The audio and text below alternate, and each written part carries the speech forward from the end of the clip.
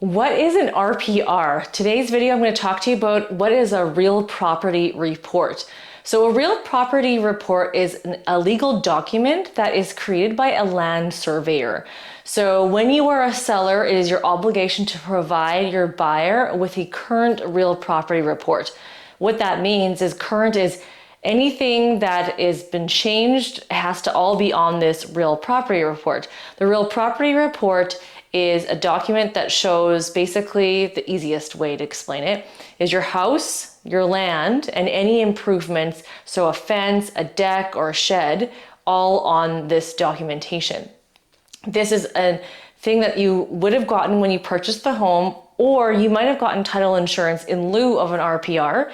Title insurance cannot carry from one client to the next. An RPR, when it's done, can be carried from one client to the next. So when you're a buyer thinking about if you should get one or not, ideally we do get you that because you can pass it to your next buyer because now you're the seller and you're obligated to provide this. Now, the real property report also is more than just a document. This document, once the surveyors have drawn it all out, then you need to send it to the city for compliance.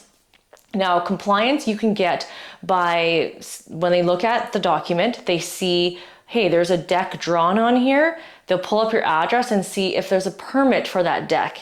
If there is, and it's checked, and the deck is all up to snuff, then they will give you a compliance. They used to give you compliance stamps, so the old RPRs will have stamps. Now they do compliance letters, which it's just a letter that says that everything's compliant and there's nothing wrong with it. Now there's different things you can read in an RPR. There's things such as easements that are going to be noted on the property, and easements are things such as the city has access to a part of your property, for maybe there's a pipeline underneath for whatever reason, or there's maybe something that's grandfathered in when you buy an older home. Maybe the fence was built on city property, but they've actually grandfathered it and allowed you to keep that. But when you build a new one, taking it down and putting a new one in, you have to put it back on your property line. So there's different examples like that a realtor can help you through. Now the lawyer that represents the buyer is going to go through this document with the buyer at the time of closing. However, when we're looking to buy a house, it's important that the agent is making sure we take a look at that if they have it available. So when we sell properties, we always ask if we can get the current real property report at the very beginning so that we can help our our sellers know if there's anything that they have to do beforehand and make sure everything's compliant.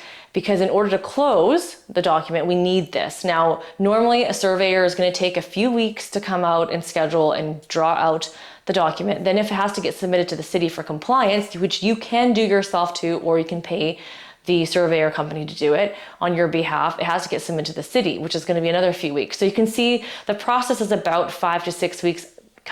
It can be done a lot faster, but just in general, depending on delays, you want to give yourself that time. You don't need this to list the property live. It can still go up and active and still go pending. It's just really important to have this because it'll help close on the property sooner. Let's take a deep dive and show you what an RPR looks like and what is all there. I took this information from the Alberta Land Surveys Association, and the link is included in the description below if you want to click on it and review more of the documentation. So you'll notice that this survey report is quite large. It's usually on a tabloid-sized paper, and you should have had a physical copy from the land surveyor, and they can also email you as well. So it's going to show you in section A, the legal description of property and municipal address. B, the dimensions and directions of all property boundaries. So this is your property lines of your land, of what you own. C, designation of adjacent properties, roads, lanes, etc. So it's going to show you the other lots, the other roads that are nearby. For D, it's going to show you a location and description of all relevant improvements situated on the property, together with dimensions and distances from the property boundaries. So it needs to take a look at the list of the other significant improvements, which is section E. So take a look at the section F, right of way or easements as noted on the title of the property at the date of survey. So if there is an easement, it will show up on title, and it will also show up on the real property report if it's done at the same time. Section G is the location and dimension of any visible encroachments onto or off of the property. So encroachments can be the fence line or other things that the city might have put in. And H, a duly signed certification and opinion by an Alberta land surveyor. So it does have to be done by a certified land surveyor, and that's where you would see their signature. I is the copyright. J is the permit stamp where applicable for the older ones, but the newer ones will have a letter. So it is always good to ask a lawyer about this document because it is a legal documentation. We can go through this, and we want to talk about when we're purchasing a home.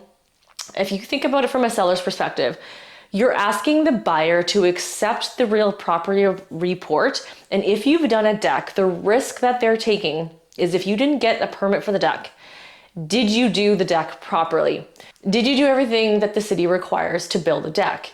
When you have a permit, it is assumed that everything's been checked off by the city and all stamped and green stickered, probably on your electrical panel, that you have a permit.